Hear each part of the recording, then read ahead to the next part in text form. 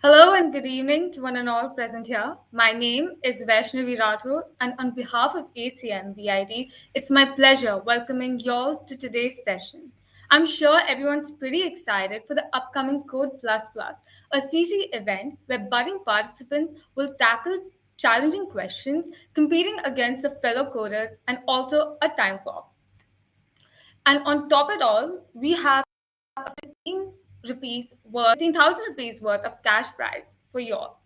This event also gives one the liberty of using the programming language of their choice. This is an event which is open to all, from amateurs to a professional maven. Do not miss out on this exciting event with a great learning opportunity. Free for registrations and mark your calendars for the 3rd of July, which is a Sunday. Today, we have a guest speaker, Anurudh Peduri. Anurudh is an international master on code forces and a computer science researcher in the field of quantum computing at Triple IT. He aims to bring the world of computer science closer to mathematics through the lens of verification and type theory. Join us as we take a deep dive into his journey of becoming a master in CC.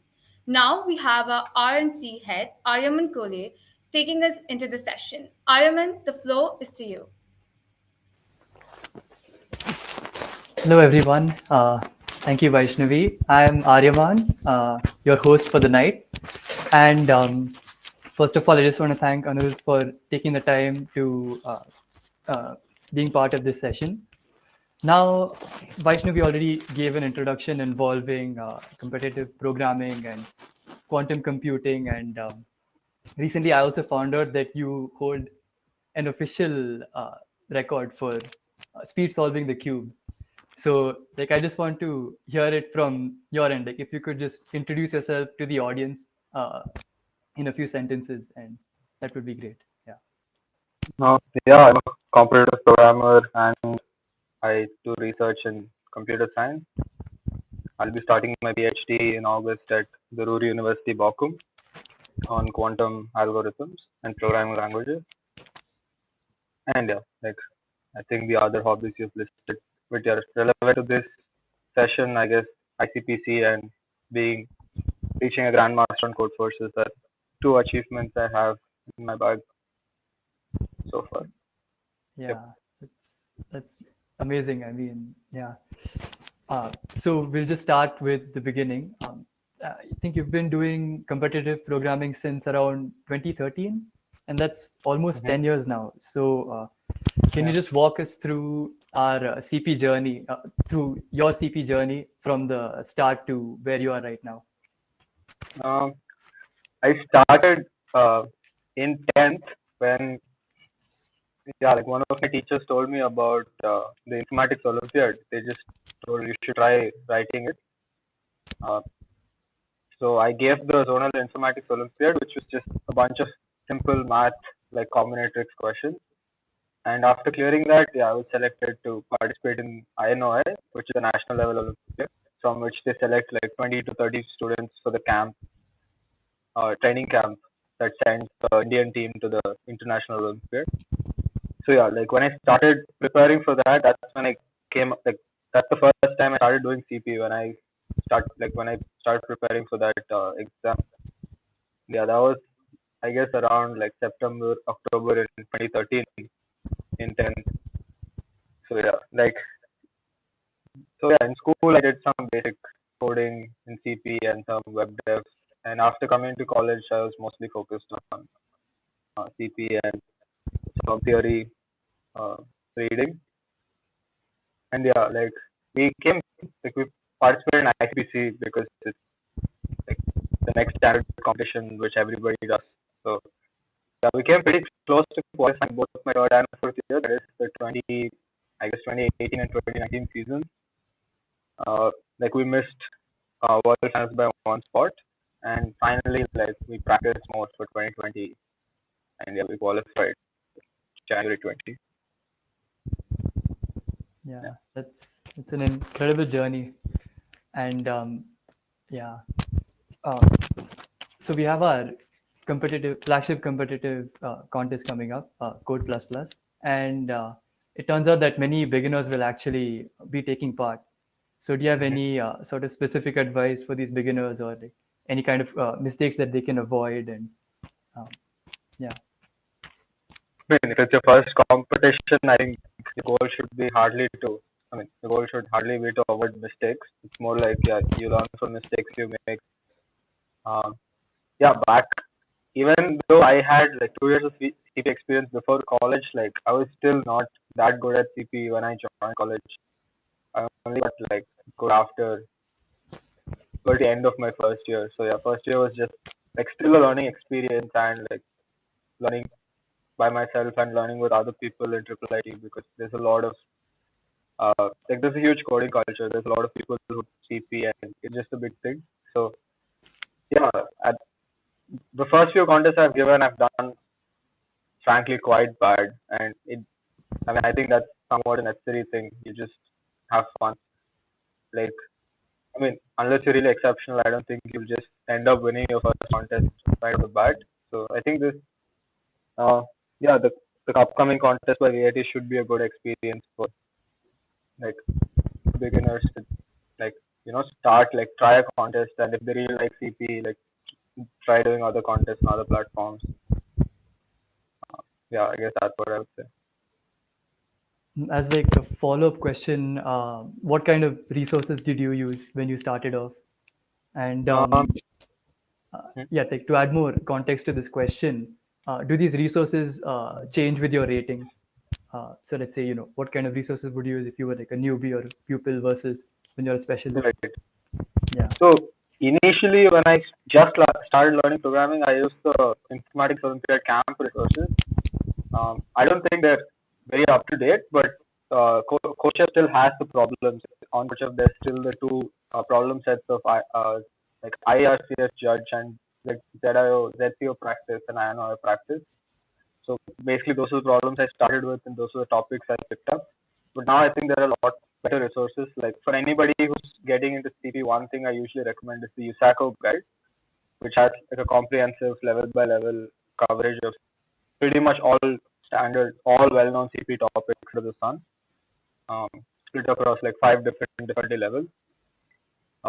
Yeah, and of course, like your resources and how you train change with rating. Like in the beginning, you just when you just start coding, like you don't need to know any particular theory or algorithms. You just need to know like the basics of programming language, and you start solving basic problems. And when you want to move to the next level, yeah, you start learning a few standard techniques and algorithms. Like I mean, the first thing that comes to mind is binary search and sorting. Like even though these might seem trivial to most people listening, yeah, like you learn them for the first time and you start using them. And yeah, as you keep going, like yeah, once you try to reach like code forces numbers like division 1, yeah, you'll need more topics. So then you'll try to pick from additional resources across. There's a lot of different ones off the top of my head. CP algorithms is a really good comprehensive guide for advanced topics. Code forces catalog has a lot of listings for like blogs to various topics. Mm. Yeah, like there are a lot of resources. I don't think one is. I mean, it's not like one is better than the other. There's just a lot out there. But yeah, like at least for beginners, there's no real need to sit and learn all these like different algorithms and get scared. Yeah, like you just right, start with some basics. You know, a little bit C++, Python, whatever language you like, and yeah, you start solving problems. And yeah, as you keep going and you feel like okay, I need to learn more to solve the next harder problems, you start like learning the relevant algorithms and start practicing on that. right. Actually, as a small tangent, notice that you used Haskell for some of your Hmm. solutions. So, does like functional programming provide like a different advantage or? Uh, so, fu- so Haskell is a specific functional, like it's a pure functional language, and it's on like it is. I mean, it's a nice language to learn. It's not that difficult to master the basics. But CP is written with the C family of languages in mind. That is, the things they uh, expect to be fast and slow are very strongly determined by C, C++, and the related family. So if you use a similar language, you're more likely to be able to do things easily. Haskell, because its paradigm is fundamentally different, being pure and functional, doing some things that are very easy in C, like having mutable arrays, is very hard to do in Haskell. But doing some really complex like higher order function manipulation, which is really difficult to do code up in C++ is easy. So for CP, it's not the best suited language. So that's more like amusing for me. Like it's a challenge to take on. And Right. for anybody who has seen my Haskell contest performances, like my rating performances in those are significantly lower. Like if I can perform at 2300 using C++, my Haskell performance would be around like 1800 or something. Yeah, it's really difficult, but yeah, somebody who's going on to like who wants a bigger challenge, the board of standard languages, then I would recommend. But yeah, no, I Right. wouldn't recommend it just like that because it is a Haha. pain. That makes sense. So I'll come to my next question. You briefly talked about the IOI, right? So I feel Mhm. like in India, many people know about the IMO, the Math Olympiad, and even the International Physics Olympiad, but not Mhm. many high schoolers they talk about the IOI. So Right.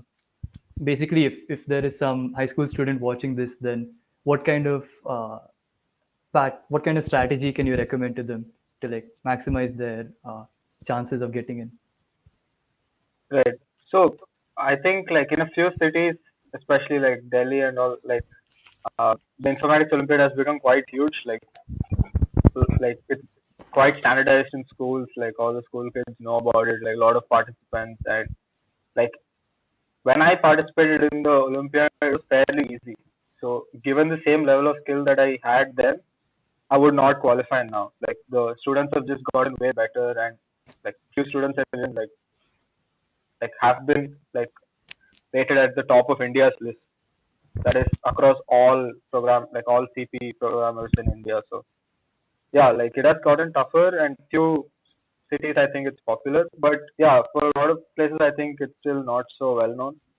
So if anybody is practicing, if anybody is interested in the Olympiad, like yeah, the USACO guide is my go-to resource for anybody learning topics, but it's definitely well suited for people who are practicing for the Olympiad because it was written by past USACO, past US gold medalists in the Olympiad, and they have a nice list of curated problems and well written like tutorials and explanations for the topics and each problem. So yeah, it's a very nice resource and it walks you through. And I think the first and second level cover the national Olympiad uh, topics, and the third level I think covers like things that you need to know to do well at camp. So yeah, that is definitely my go-to resource for anybody who's starting with CP, like no matter your background, because you have 5 different levels, starting from beginner, then I think bronze, silver, gold, platinum, and something beyond platinum. I don't know. So Right. yeah, like it's definitely like I still go to it sometimes. I go to the platinum and like the final level sometimes just to pick some problems and solve them because I also find them quite hard to solve. So even though I've been like doing CP for so long and I have so much experience, like there's always something you can take from the guide. So yeah, that is one of my go-to resources for anybody learning CP. Right. So moving from high school to college, can you tell us more about your ICPC experience and also like how one would actually go about preparing for ICPC because it's like a team event, right? Mhm. Uh, Yeah, the sorry. yeah, like and also I'll add more context. We wanted to know how the problem-solving methodology changes when like you're Mhm. working in a team versus when you're going solo. Right. So yeah, ICPC is fundamentally different, even though you're solving the same kinds of problems, but you're solving them in a very different setting. And you have yeah, like it's in a team of three, so I mean that is a lot of hands to have, and especially if you're going to regionals, hopefully it will be held on site in the upcoming season, unlike previous COVID seasons which are online. You'll have only one PC that you have to use, and all three of you have to switch between the computer and use. So there's resource sharing. So yeah, like a few fundamental things that people usually don't talk about when it comes to ICPC is yeah, you need to have a good team. By good team, it just doesn't mean take three people who are good at coding and put them together and expect the team to perform well. You need like even if you take three people who are not that good at CP, but they have a good connection, they're able to discuss well, they compensate for each other's weak topics well, they might form a much stronger team than just taking the three top coders from the college and just putting them in a team. Like you need to have good chemistry with the teammates. You need to be able to discuss problems more freely. You should be able to cover up for weaknesses. Like uh, for instance, in my team, like I was really good at graphs and geometry, and I was really bad at combinatorics and game theory and uh, like DP probability, like a lot of topics. So my teammates were really good at that, and my teammates was like sometimes bad at the topics that I was good at. So it was a nice compensation. We were able to like solve problems and discuss solutions very easily. So yeah, this is one thing that is usually hard to find, and yeah, like when you're picking a team, when you're forming teams, like pay attention to how like one suggestion that I've gotten from seniors and that I also recommend to other people is you don't have to rigidly stick to a single team. Like you might have friends and yeah, like you might feel bad that okay you have to team up with them, but yeah, it's finally a competition and you want like if you're trying to optimize, like I mean, probably don't jeopardize all your relationships, but yeah, like try out different teams, try giving contests together in different settings and see which one suits more. Like which teammates are better suited for your style of coding, your skill. Uh, yeah, different people have like very different ways of approaching problems, very different ways of writing code. Like all three teammates have to think as one single unit if you want to perform well as a team. Like if your teammate writes the code to some solution, code to some problem, and they are not able to debug, and you need to help them, like you should have similar coding styles. Otherwise, you won't be able to read what they've written. You just spend more time asking them to explain each part of the code, which is a waste of team Right. time. So like these are very minor things that people usually get with experience as you do. So for first years, like people who are giving their first ICPC attempt, I usually say like go ahead, try to form teams based on like who you know, like what topic. You probably don't know much about like what topics are there. So just go ahead, form teams with your friends, give it like have fun. It's a nice experience to do team contest.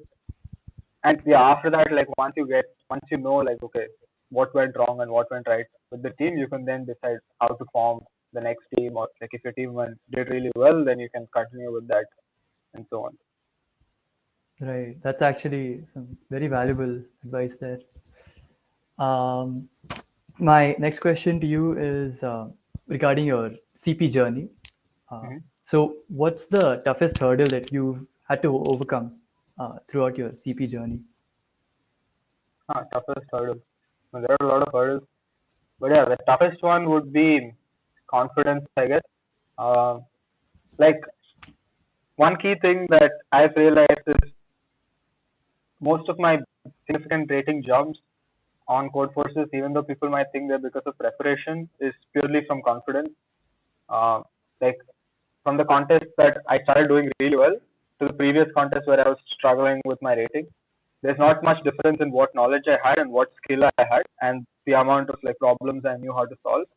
It's more about like you deciding that you will solve the next problem in the contest.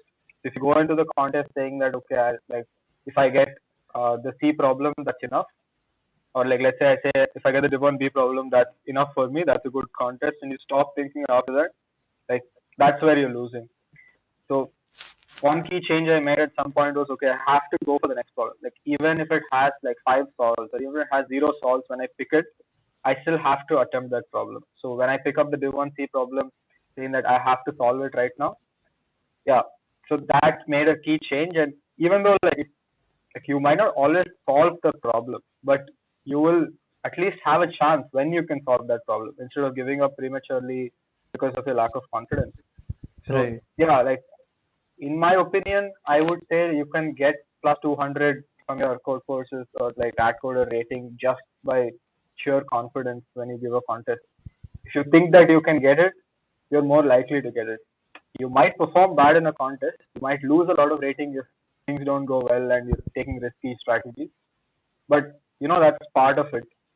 Like you sometimes like you have very bad contests, but like if you give enough contests, eventually your rating is going to stabilize because mathematically that's how rating is structured. Right. Right. I guess confidence is like something we can apply to all fields. Yeah, Um, but especially in competition. Yeah, it's very critical. It's very underrated and critical. Right, right. So here's another interesting one. What's the hardest topic that you come across to either learn or implement in CP? And like, Right. can you explain it in the next 4 or 5 minutes to us? Okay, that is a very tricky question because it's been a decent amount of time since I've done proper CP recently. So I can't think of. I mean, personally, my hardest topic has been uh, like DP. Not because its implementation is hard, but yeah, I struggle with formulating the solution. Like once you have the solution at hand, most of these like difficult but elegant problems are fairly easy to code. And yeah, the other thing is data structures, which I I sometimes get ideas, but I really struggle with sitting and implementing with all the nitty gritty details. But a specific thing, I I genuinely can't remember, especially because most of my recent training has been ICPC. So if a problem Hmm. is hard for me, I'm not doing it like my teammates are. So like, it's Oh, been a that, while since I've attempted a really hard problem all by myself. right, that seems fair. Yeah. So actually, I read about your quantum computing escapades, and like I just wanted to know more about your how you used quantum computing principles to solve a CP problem. If you could, like I maybe in like the first few minutes, if you could explain like a little bit of quantum computing and then how you used it to solve a CP problem. I don't know what you're referring to. I have never used the quantum to solve. Oh, are you Something referring to like that quantum blog? inspired. Yeah, yeah, yeah, yeah. Right. Okay. That wasn't exactly to solve the CP problem. I knew the solution already. It's just Okay. that I like um, the problem required you to do Fourier transform, and like we know that Oh, quantum Fourier transform is quite efficient. right. So it's just that connection I made there. That yeah, like some problems like this that require primitives like which are well known to be efficient in quantum. It's a nice thing to think about the quantum version of the problem. There's obviously a disconnect when like somebody usually describes this. It's not like I'm taking the solution and I'm writing it onto a quantum computer. Nice. Rather, Yeah. we're converting the problem into a quantum version of the problem. That is, instead of building the solution, you're building a state which a vector that has the solution. So you can't extract it because you have to measure the state, and it's not like you can't find the state without using an expensive process. But the point is, it's an interesting analogy to think about when you transform it into a different, like the question is transformed into a different paradigm, and you try to solve it in that paradigm. And there are a lot of nice standard solutions that we know in quantum that standard methods for problems like Fourier transform Maybe and Grover search.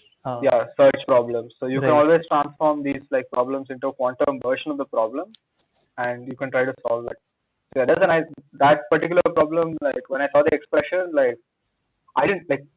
I mean, I should have been reminded of the normal FFT expression, like Fourier transform expression, but because I studied it more recently in the quantum context in QFT, I got reminded of that. That made me realize that okay, this is Fourier transform. But yeah, like that I just made that connection first before realizing okay, this is a normal Fourier transform. Right. Right. That makes sense. Um, okay, so here's the most awaited question for all Okay. CP athletes. If you are stuck at a rating or if you hit a slump, how Mm-hmm. do you overcome it? And also, like to add more context to this, how does this scale with your like title? Would your approach Right. change if you're pupil or like if you're stuck at pupil or if you're stuck at like specialist or something else? Right. So one natural thing is like as the higher your rating is, the harder it is to increase by the same value, just by how rating is structured. It gets like almost exponentially hard, assuming that the rating distribution is a pure Gaussian. Like if you're making an equal stride forward, you're making an exponentially like larger like step to jump every 100 points. Uh, and yeah, like this happens a lot. And to be honest, over the last like 5 years in college. Like so many people have asked me this question, and yeah, like it does happen to everyone. It has happened to me also. If you look at my rating graph, like back uh, in my first year, I was struggling at around 1600, fluctuating just about that. And at the end of my first year, like so throughout my first year, like I had given a lot of contests. It's not like I didn't do CP. I had done a lot of CP, but my rating never improved.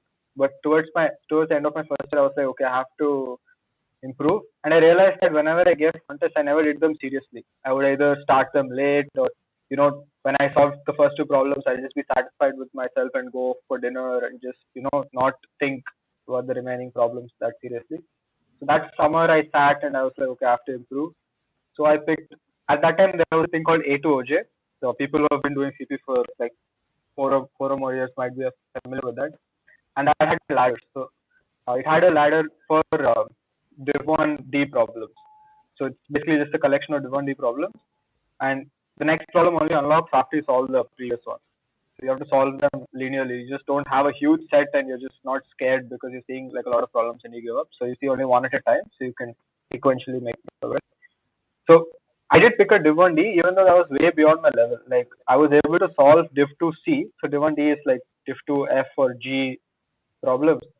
Even though that was way beyond. It's like if you're stuck at a certain level and you want to jump to the next thing, if you need to take a larger step, like you try to solve much harder problems and fail at them, so that you'll meet in the middle when you finish your training process. Right. So I think this is a common trick that people use when they do physical training. Also, you train really hard, and when you go to the actual competition, like whatever athletics, like I'm not really familiar, so pardon if my analogies are wrong. But yeah, like training is much harder than your actual environment is going to be for the competition. Naturally, you'll just perform better at the competition. It's just going to be easier than your training. And yeah, like my friend told me this really nice saying that if you never rise to the occasion, you fall to the level of your training. So Right. it's not like you don't start a contest and suddenly become good at the contest. Yeah.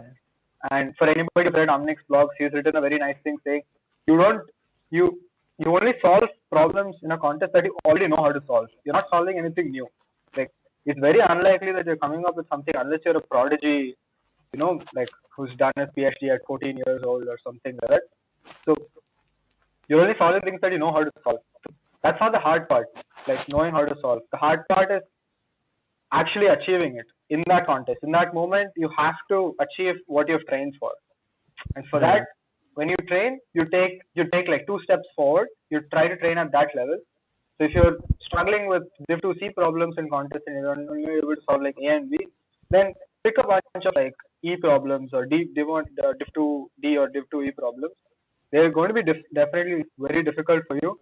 You probably won't be able to solve any of them. Don't let that demotivate you. Think about them.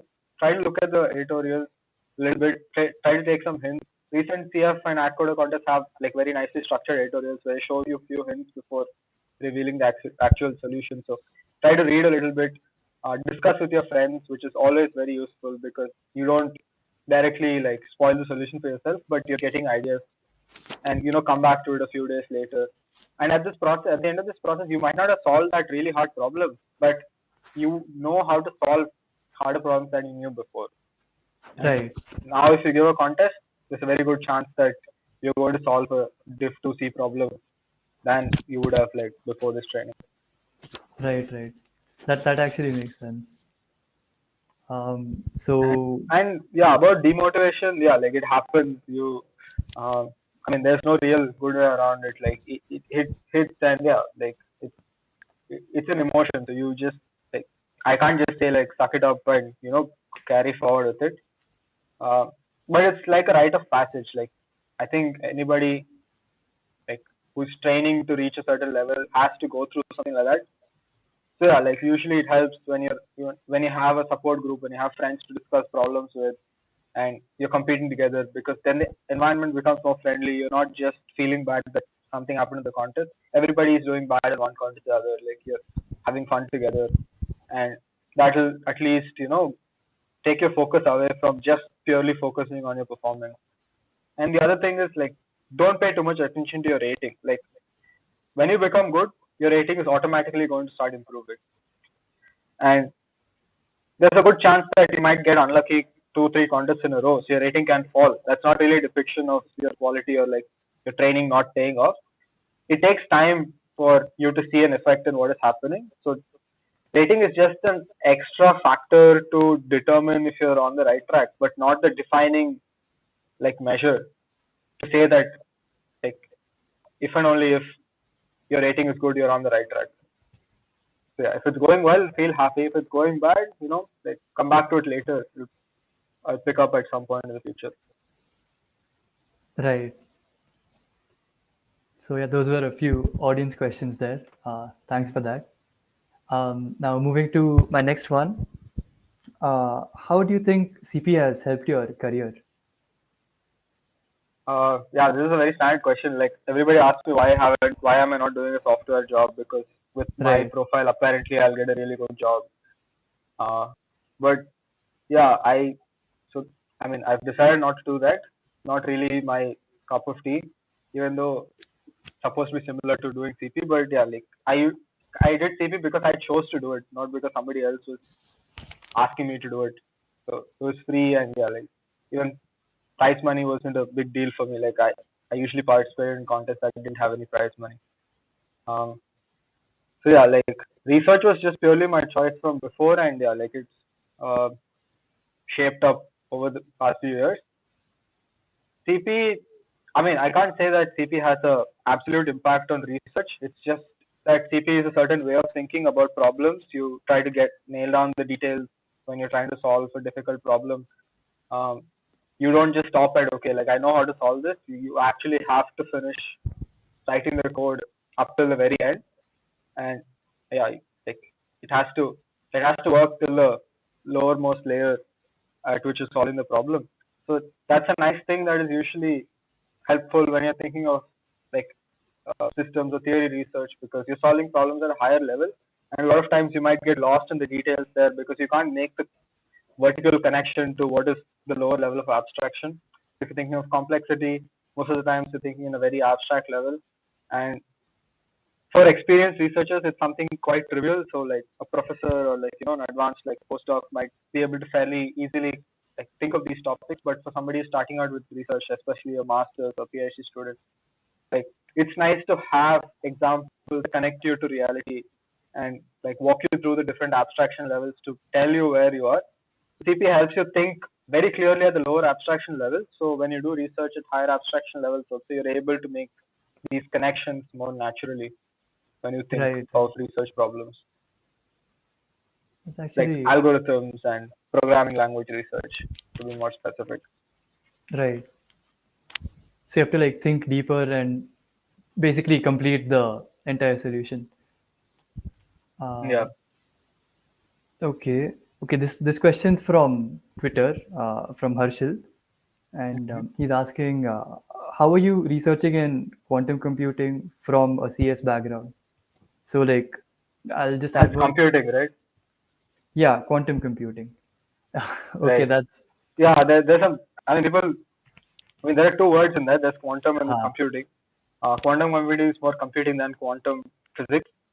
Like, it's like saying, with a CS background, how are you programming on laptops that are built with silicon-based chips? Like, do you not need to know the semiconductor physics of how physics behind it. Yeah. yeah, silicon is fabricated to manufacture these nanochips. No, not really. Like you have that abstracted out with the motherboard and the shell of the laptop, and you have just the keyboard at your level. So yeah, if I had to build a laptop from scratch, that is every single component, like go dig up silicon, like pick out silicon, like fabricate the wafers, create the diode, like create the transistors, yeah, then I would need to know a lot of physics. But quantum computing, even though it's a growing field, it's fairly abstracted. So when we study like quantum algorithms, we abstract out all the physics from it into a few like fundamental axioms, and these axioms define a new model of computing. Just like how when you talk about standard computing, you say, okay, you have memory, you have uh, you know, like yeah, you have random access memory, and you're programming on that. You can write sequential instructions that are executed by the CPU. You can abstract out how this exact thing is implemented. The same way we study quantum. quantum algorithms or quantum computing or anything in that bubble by abstracting out all the physics. And for anybody who's getting into quantum, like they might realize that quantum computing or algorithms, they might realize that the abstraction is not yet that clean because the field is way newer than classical computing, which was like abstracted very nicely from by Alan Turing and his peers. So yeah, like it'll take a few more years, maybe a few decades to polish out the abstraction. But yeah, you still don't need to know a lot of physics to. You don't need to know much physics to actually do quantum research. Right. So to like summarize your answer, you're saying that even though quantum computers have like they work on a quantum mechanical framework, you don't exactly need to understand those laws to be able to compute. Yeah, so I should rephrase your sentence. It's rather like there are systems that whose mechanics is like whose dynamics are described by quantum mechanics, just like how the silicon chips we Right. fabricate, the dynamics is described by semiconductor electronics, like quantum mechanics, because at the levels at which we work on the systems, like classical physics is no longer accurate depiction of reality, and like the descriptions of classical and quantum physics like deviate a lot, and quantum physics is the more accurate description of reality at those levels. And yeah, like we're exploiting the fact that these systems behave according to those principles, and we abstract out those principles into a bunch of nice axioms, and that gives us our model of computation on which we build. Right. Like Right. we build our like hardware abstractions, then we build like algorithms and like circuits. We build theory, like algorithms and theory on top of that. Right. That makes sense. Like I also kind of find it fascinating. Essentially, it's just linear algebra, right? At play. Mm-hmm. So this whole like quantum hype is about matrix multiplication, like just Yeah, hundreds and hundreds of matrix multiplication. Yeah. that's one way to put it. Right. I mean, like yeah, that is the reason why matrix algorithms have seen a lot of success. But it is also an over approximation in a sense, like saying like Newton's equations F is equal to ma, where a is dv by dt. Yeah. So it's like saying classical physics is hundreds and hundreds of differential equations, which It's is just that. over approximation. Yeah, it is a certain differential equation, but yeah, like to use physics to do computing, the fundamental thing is you want to exploit the system to do the work that you expect it to do. So we know how to exploit classical systems to behave like we want them to do, so that whatever course of natural action they take corresponds to a standard computation that you want to do. Like finally, when you look at the system, like the value you're looking at means something to you for your problem. So we do the same thing with quantum. So if you want to do some matrix algebra, then you can model your problem into this dynamics, so that when you when you let the system evolve according to its own dynamics, according to its own physics, at the end the result corresponds to what you're expecting as the output of your computational process. So it's Right. about like fitting the computational process onto the corresponding physical process and using nature as a computer. So I mean, a small detour, like if you allow for a minute, Yeah. We yeah, have the time for it. like Yeah. a simple computer that I usually like to refer to people when they talk about like when they're trying to understand why quantums are different is, let's say you wanted to compute square root and you don't have a calculator at hand, okay, but you have a stopwatch and you have a like let's say a ball or a stone or something. So you have these two things and you're standing on top of a building and you want to compute the square root of a number. How would you do that? For normal people, it's like, okay, like what can we do? There's no computer at hand. We have a stone and we have a stopwatch. Like, okay, find time, but what is the use of timing it? But for Right. anybody who remembers what happens when you drop a stone, when you drop an object from a height h, how much time it takes half gt square time. So that is the time taken is equal to root of 2gh. Right. Right. Okay. So if you You can want to just plug compute the it square root in. of a number x, then if you drop it from a height of x by 2g, okay, then the time taken is going to be square root x. Right. So now if you have a measuring tape also, which I forgot to mention, you have a measuring tape also. So if you want to find some x and you division by 2g is very simple, like assume it's g is 10 for simplicity, so you divide by 20. So you want to compute square root of 2000, you divide by 20, you go up 100 meters high, drop the ball, time it, 10 seconds, yeah, that's the square root of sorry. Okay, I think of we the made a number. mistake Yeah. somewhere. Yeah, so x by 2g, right? Yeah, whatever. Like you understand basic idea, Yeah, yeah. right? So, uh, But so like, you okay, drop. in this works with like in the classical sense, but uh, Mm. if you use like this, if you like extend it to the quantum realm, is there No, no, any no, way no. of I'm not saying verifying? you can. No, Huh? no, I'm not saying, I'm not asking to extend the equations of motion to the quantum thing. Mm-hmm. What I'm saying is like, okay, here we can use the equations of motion to verify that we found the square root. But No, if we we just use like, calculated it. We're not verifying. yeah, but Like like, the stopwatch is your computer. right. So can we, you're saying that we can do the same, something similar with quantum computing? Yeah. So like, let's imagine building a computer that you feed in a number. Okay, it's a big box. I mean, it's Right, like let's assume it's a huge tall box, and you have a small slit where you can feed in a number. So you write a number on paper and feed it, and now the computer can like finally it has to output a value which is square root through the same slit. Whatever is right, inside is not dependent on like you're free to design your own computer. So what would I do?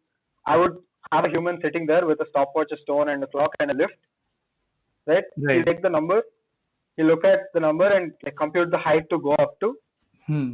Right? So you go up to a certain height and you drop the stone from there, time it, you see the time, you write it, and you pass it out. So this entire box, that was this human, the measuring tape, the lift, the stone, and the stopwatch. It's a computer. Right, right, right. Wow. It's Yeah, not a yeah, traditional computer. It's not something that has a screen and a keyboard and you type something and something yeah, comes yeah. up. It's a very different computer. But at the same time, it's a computer in the sense that it's solving a computational task. That is, compute the square root. Like, give it an input, it's giving you an output. Right, right. So the motivation for this example is that computers need not be restricted to what sense we have. They need not be like, okay, that's the programming language, you code, you run something and you get an output. Like you can do anything with it. And here we're using the physical process. And if you want to make it purely physical, you can say the human is designed by, like a bunch of carbon atoms and yeah, that's Right, right, done with right. the DNA. So it's like a big complex computer of multiple moving parts, right? So if you change the moving parts, you get a different computer. So if you replace the thing inside with silicon transistor based wafer chip Right, and you wire it correctly such that when you type in the input on the calculator, you get the output on the screen, that becomes a calculator. Instead, if you replace it with a quantum system wired correctly with microwave pulses that does the task and finally shows you the output, that becomes a quantum computer. So there's so many natural processes in nature that you can exploit to do computation. right. Transistors are one of them. This weird long box construction with a trapped human inside, which is That's also inhuman, another. is one of them. And the quantum is just yet another way of thinking about computing. It's not something Right. that is like, okay, it is a groundbreaking thing, Yeah, but we already understand it at a certain level that people who study quantum don't realize. So when you make this connection, it becomes more natural to appreciate the beauty of what is computing and what is nature and how we're putting these two pieces in the puzzle together. right. That square root explanation was quite amazing. Actually, here we have two interesting questions from the audience. One's Mhm. from Manav. So he's asking, as an undergrad, how did you develop your research temperament that is needed to pursue academia? Um, that's a very funny question because as an undergrad, I did no research. I only started my research after my fifth year, which, yeah, I mean, even though it sounds like advice, like, please don't do it. If you're getting into research into a normal program, yeah, start at the right time. It's not fun to, wait around for so long. So yeah, I don't think I'm the best qualified to answer that question, but just in terms of, developing research temperament, uh, yeah, it's about interest. Like you need to like it takes a lot of time for somebody to find the right field that they're interested in. A field where you're passionate to solve the problems. You find the field interesting, you're good at it, and you have some like goals to solve certain like difficult open problems in that field. And I know a lot of people who have done their PhDs, like who finished PhDs, who are still like confused about what they're truly interested in. So it's a very difficult problem to find what field you really have to do. So it's more like a trial and error. You try exploring different fields. You talk to different researchers who have more experience and know what their field is like. What is the recent like what recent developments have been there in the last 5 years, what kind of problems they find interesting and they try to attempt. So in my case, yeah, I found programming languages quite interesting. Type theory was really interesting, and yeah, I fell in love with theorem proving and formal verification. Yeah, quantum was the other orthogonal paradigm which I was exploring. I mean, quantum I started because that was pretty much the only theory choice back in our college, and after I started learning it, I found it quite fascinating. And yeah, like I I tried a lot of different things in quantum. Like I tried quantum information, which wasn't particularly my strong suit. I tried like quantum crypto, which I found interesting, but I never explored it much. And yeah, now I'm doing some quantum algorithms research, which yeah, I'm quite liking the flavor of research and problems that we come across. So yeah, it's about like taking your time, try to talk to other people who have experience, try to figure out what field you find interesting. Yeah, I guess that's pretty much it. Right. That answers the question. So I think also Divya is asking, recently read about DeepMind's Alpha Code, which is able to solve programming problems. What do you think is the future of CC, keeping in mind the new developments in AI? Won't people be able to cheat? Yeah, people will be able to cheat. So I would draw you to the attention of how chess works in the modern world. Like in CP, like DeepMind's Alpha Code is still way far away from being like good as like an average, like let's say candidate master. It's still like new, but in chess we know for sure that like the current machines are way beyond like humans reach. Like if Magnus Carlsen is rated at 2800, like Stockfish is rated at 3400, which is humanly impossible to beat. So yeah, like we're already there. And now answering a question, do people cheat in chess? Yeah, they do. Like we have online tournaments, we have chess.com, Lead Chess, like where there are regular online events which have anti-cheating mechanisms. So yeah, like people should come up with more like stronger anti-cheating mechanisms, and yeah, like it'll become somewhat like chess. I mean, CPU like in 30 years would be how chess is now. Like the not the field, like not the space itself, but rather the comparison between man and computer would be something similar. And of course, like I understand people think that anybody can cheat, but Google has access to like huge computational resources, probably in using millions of dollars. And I don't think an average CPA who's sitting in college is going to spend $1 million to go buy that. You can rather spend 1,000 rupees to bribe somebody who's good at your college to do CP. So I mean, like if you're worried about cheating, you're looking at the wrong spot. Like look at unofficial tips. Yeah. People who are already cheating. Like these methods are already commonplace. Like I don't think Alpha Code is going to be a problem that we need to even worry about. Like it's way beyond our reach and expectations to even have access to that. Right.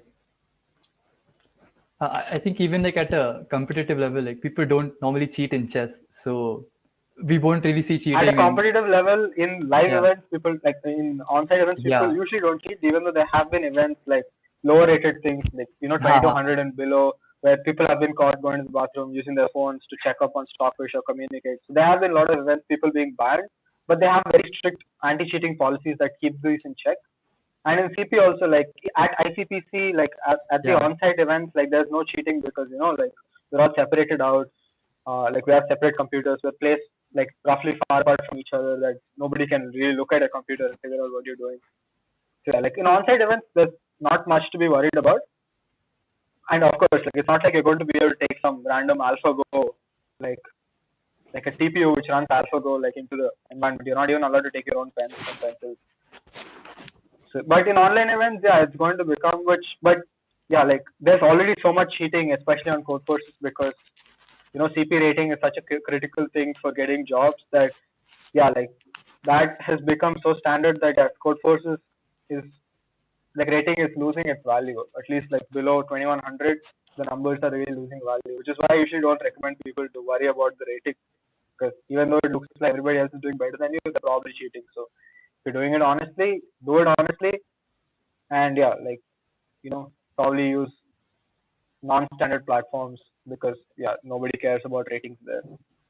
But yeah, cheating is a big issue now. I don't know how to solve that, but yeah, I don't think AlphaCode is going to be enough worry. Right. We had a question previously from Gagan. What language would you suggest to begin with on a platform with regards to speed and logic? Um, I mean, personally, I use C++ purely because I've been using C++ for since I started coding, and I find that the nicest language, right? Because it has like compared to Python, it has a strong type system. Like you're not making so many mistakes and multiplying into with the character and doing crazy things that waste your time. Uh, and it's not that hard to get started with. If you're able to pick up Python, like you can spend like a week or more just picking up C++ because the way you think and the way you write code is the same. It's just like some minor syntax differences that you need to pick up on. And C++ is also one of the most efficient ones. Recently, Rust has become quite popular, but I think like the learning curve is really high. So unless you're looking for an adventure where you want to learn a new language, um, like probably C++ would be your go-to choice, which has access to the standard library and everything. Or Haskell if you want a challenge as Yeah, if you want a really difficult challenge, yeah, Haskell would be the thing. It is very difficult to do even like easy problems in Haskell, and sometimes I find it very easy to do difficult problems in Haskell. So it's like a switcheroo of sorts. Rust is a very similar programming language to C++ with a lot more type safety and like semantic control. So yeah, for anybody looking to expand the programming knowledge, programming language knowledge, like Rust is a very good tool in the modern setting. If you want to learn a new language, like and learn new concepts of how these languages are designed, Rust is nice. But yeah, for normal C plus plus is still the go-to language. And right, yeah, it's miles faster than Python and Java, so there's no reason to right, use those. true. I think that's it from the audience's end. Uh, so yeah, I'd just like to thank you, Anurudh, for taking the time and coming for this session. This has been like, truly enlightening, and I'm sure we've all picked up at least like a few things from this. Yeah. So on behalf No of problem. ACM VIT, it just yeah, thanks for coming here and sharing your experience with us. Yeah, happy to be here. Yeah. Thank you. Thanks for this engaging and gripping session. We hope to see you all this Sunday at 2 p.m. for Code Plus Plus with cash prizes for rupees 7,000, rupees 5,000, and rupees 3,000 for first, second, and third place. You would need to bring your A game to win it all. Join the ACM community server to ensure you do not miss out on any of the important announcements. Adios and see you on this Sunday.